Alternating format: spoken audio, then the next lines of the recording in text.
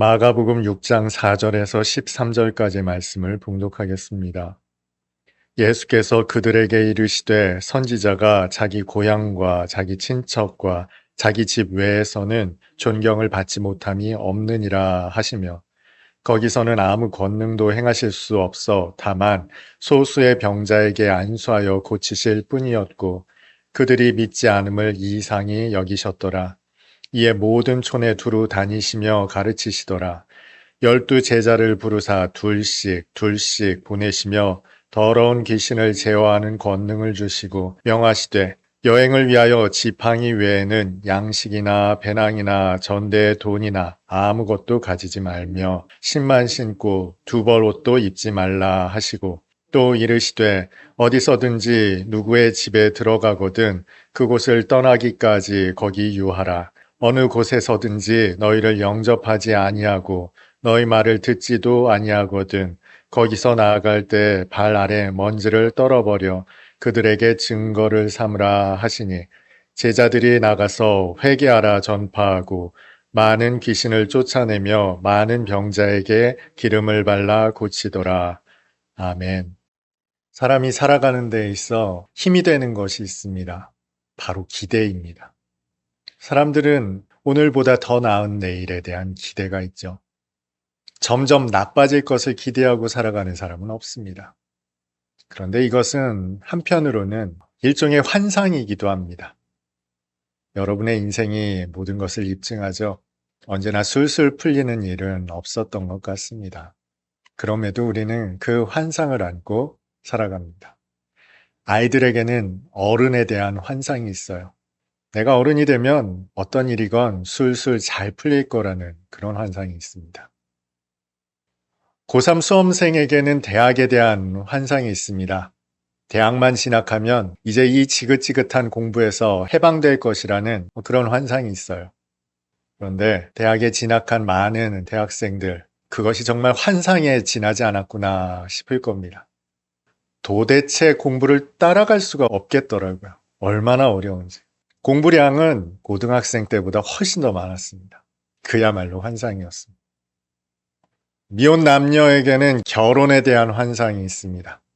늘 알콩달콩 행복하게 살 것만 같은 그런 결혼에 대한 환상이 있죠. 물론 많은 분들이 기대와 염원대로 살아갈 거라 생각합니다만 현실은 그리 녹록한 것이 아닌 것 같습니다. 여기까지만 하겠습니다. 성도들에게도 환상이 있는 것 같습니다. 그리고 그 환상은 종종 믿음과 혼동되기도 합니다. 믿음의 길을 걸어가면 하나님께서 여러분의 길을 인도하시죠. 이것은 당연히 아멘이라고 화답해야 합니다. 하나님께서 우리의 길을 인도하십니다. 그런데 여기에 한 가지 문제가 있습니다. 길을 인도하시는 것은 분명한데 그 길이 우리의 기대와는 다를 수도 있다는 것입니다.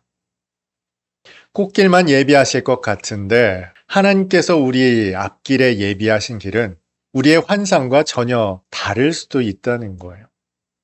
사실 우리가 기대하는 길은 우리의 욕망이 만들어낸 환상일 경우가 훨씬 더 많습니다. 예수를 믿어 다른 사람들보다 조금 더 많이 헌신하고 봉사하고 열정적으로 수고했으니 거기에 대한 응분의 대가를 복으로 주실 것이다. 세속적인 생각이죠. 이러한 기대, 우리의 기대만은 아니었을 겁니다. 예수님을 붙쫓았던 제자들 역시 그런 기대와 환상으로 주님을 따랐을 거예요.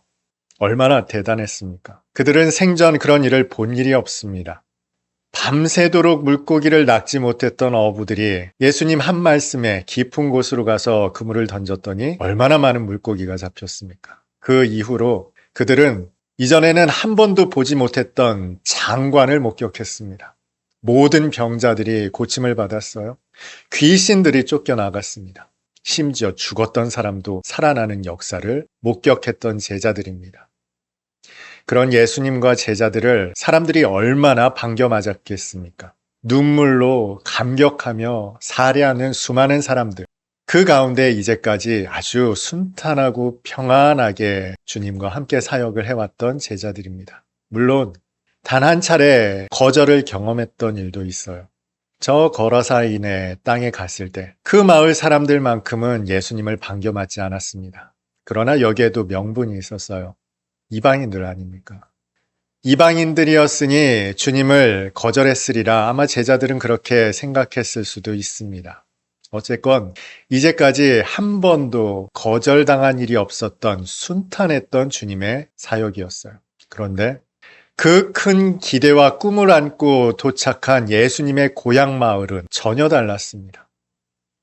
이 고향 마을에서 사람들이 예수님을 업신여기기 시작합니다. 목수 아니냐? 마리아 아들 아니냐? 그 형제자매들이 우리와 함께 사는 사람들 아니냐? 심지어 그 예수님을 배척하기에 이르렀습니다. 그들이 예수님의 지혜와 권능을 보지 못한 것도 아니었습니다. 단번에 알아봤어요. 인정할 수밖에 없었던 그 지혜와 권능 앞에서도 그러나 그들은 예수님을 받아들이지 않았고 심지어 배척했습니다. 이것은 제자들에게 아주 이상하게 보였을 겁니다. 충격적으로 받아들여졌을 거예요. 본문에서는 예수께서 이상히 여기셨다 기록하고 있죠. 깜짝 놀라다라는 의미예요. 예수께서 깜짝 놀라지는 아마 않으셨을 겁니다. 오히려 이것은 제자들이 깜짝 놀람을 의미한 것으로 보는 것이 적절해 보입니다. 예수께서는 그들이 주님을 배척하리라는 것을 모르시지 않으셨을 거예요. 그럼에도 불구하고 주님은 제자들을 이끌고 나사렛으로 가셨습니다. 그리고 당혹스러워할 만한 상황을 제자들이 목도하게 하셨어요. 그런데 그 직후 예수님은 곳곳으로 제자들을 파송하셔서 천국 복음을 전파하게 하십니다. 귀신을 제어할 만한 권능을 주셔서 보내십니다만 제자들에게 일종의 부담으로 작용했을 겁니다. 예수님 없는 사역을 감당해야 합니다. 게다가 예수님의 고향 마을에서 거절과 좌절감을 맛보아야 했어요. 이 사건을 직면하고 제자들은 분부하심에 따라 파송을 받습니다. 마치 예수께서는 이 모든 것을 의도한 것처럼 고향 마을로 이끄셨고 그 직후에 파송의 결정을 내리시죠. 제자들은 걱정이 됐을 거예요. 사람들에게 배척당하면 어떡할까? 그런데 예수께서 그런 제자들에게 한 가지 당부를 더 하십니다. 8절을 읽습니다. 명하시되 여행을 위하여 지팡이 외에는 양식이나 배낭이나 전대의 돈이나 아무것도 가지지 말며 신만 신고 두 벌 옷도 입지 말라 하시고 주님의 당부는 이 한 가지였습니다. 아무것도 가져가지 말아라. 예수님의 고향 마을에서 큰 거절, 배척함을 당하신 직후에 하신 당부가 아무것도 가져가지 말라는 거였어요. 오히려 잘 준비하고 채비를 갖춰서 전도 여행을 떠나는 것이 합당해 보입니다. 여러분, 여름 수련회 갈 때, 사경회를 진행할 때 아무런 준비 없이 그렇게 하는 수련회, 사경회가 있습니까? 그런데 주님께서는 아무것도 가져가지 말라는 거예요. 제자들에게 허락된 것은 딱 한 가지였습니다. 지팡이. 다른 복음서에서는 이 지팡이도 가져가지 말라고 기록되어 있어요. 복음서가 다른 이야기를 하고 있는 것일까요? 그렇지는 않습니다. 신학자들의 견해에 따르면 모든 복음서 가운데 가장 먼저 기록된 것이 마가복음이라고 하죠. 이 마가복음을 토대로 마태복음과 누가복음이 기록되었을 것이라 이렇게 전합니다. 주님께서 허락하신 것이라곤 단 한 가지 지팡이였을 것입니다. 그러나 주님께서 아무것도 가져가지 말라는 의미를 부각시키기 위해 그렇게 기록했던 것이죠. 중요한 것은 주님께서 제자들을 파송하실 때 아무것도 가져가지 말라는 것에 방점이 찍혀 있습니다. 여기에서 우리가 가진 오해 한 가지를 더 짚고 넘어가겠습니다. 예수님 당시에 유대인들이 여행을 갈 때 지팡이가 필수품이었을까요? 예수님 당시 영화를 한번 떠올려 보세요. 예수님을 따르는 제자들이 지팡이 든 모습 보셨습니까? 예수께서 지팡이 든 모습 보셨습니까? 아마 보지 못하셨을 겁니다. 여러분, 지팡이는 오늘날에도 흔치 않은 것입니다. 여러분, 지팡이 보신 일 아마 거의 없으실 거예요. 예수님은 아주 건강한 청년이셨습니다. 예수님을 따랐던 그 제자들 조금 더 젊은 청년들이었을 거예요. 게다가 그들 어부들이었고요. 세리들이었습니다. 젊은 청년들이 지팡이를 필요로 했을까요? 오히려 필요한 물건을 보찜처럼 짊어지고 가는 것이 더 일상적이었을 거예요. 다시 말해, 지팡이는 그들에게 익숙한 물건이 아니었다는 거예요. 반드시 필요한 것도 아니었습니다. 그런데 왜 주님께서는 제자들에게 지팡이를 언급하셨을까요? 유대인들에게 지팡이는 모두에게 통하는 의미가 있습니다. 유대인들에게 지팡이 하면 떠오르는 사람들이 있어요. 야곱, 모세, 다윗입니다. 형 에서를 피해서 야곱은 밧단 아람으로 도망치죠. 도망칠 때 그가 가졌던 것은 한 가지, 지팡이였습니다.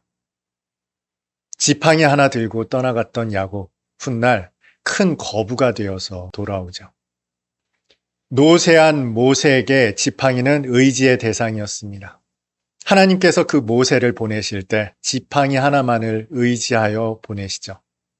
훗날 그 지팡이는 홍해를 가르는 하나님의 위대한 역사를 이룰 때 사용됩니다. 다윗에게는 어땠습니까? 그야말로 다윗은 양치기였습니다. 양을 칠 때 지팡이는 중요한 도구였습니다. 그리고 보니 야곱도 그렇고 모세도 그렇고 다윗도 그렇고 양치기라는 공통점이 있더라고요. 양치기에게 지팡이는 꼭 필요한 도구였습니다. 뿐만 아니라 이 지팡이는 하나님의 권능이 그와 함께한다는 의미를 담고 있기도 했습니다. 전능하신 하나님의 손길이 그를 돌보신다는 의미를 가진 지팡이, 주님은 제자들이 그 지팡이를 들고 나아가기를 요구하셨던 것이죠. 그러나 지팡이는 또 한 가지 의미를 가지고 있어요. 지팡이는 그 몸을 의탁하는 수단으로 사용되죠. 그만큼의 고난과 어려움과 고통이 수반될 것도 또는 배척당할지도 모를 두려움도 함의 되어 있습니다. 마치 동전의 양면과도 같죠.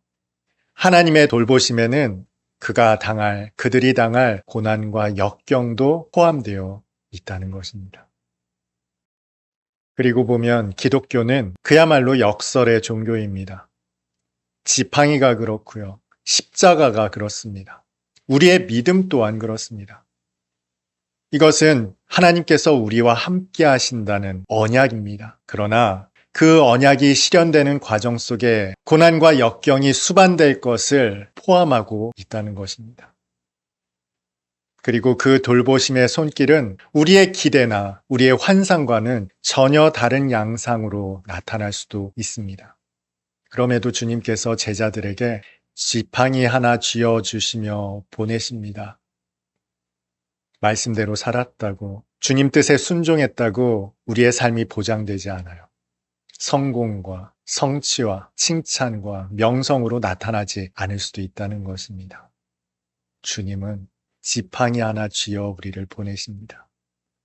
그럼에도 우리는 주님의 말씀을 따라 그 지팡이 하나 들고 나아갑니다. 그것이 옳은 길이기 때문에 그렇습니다.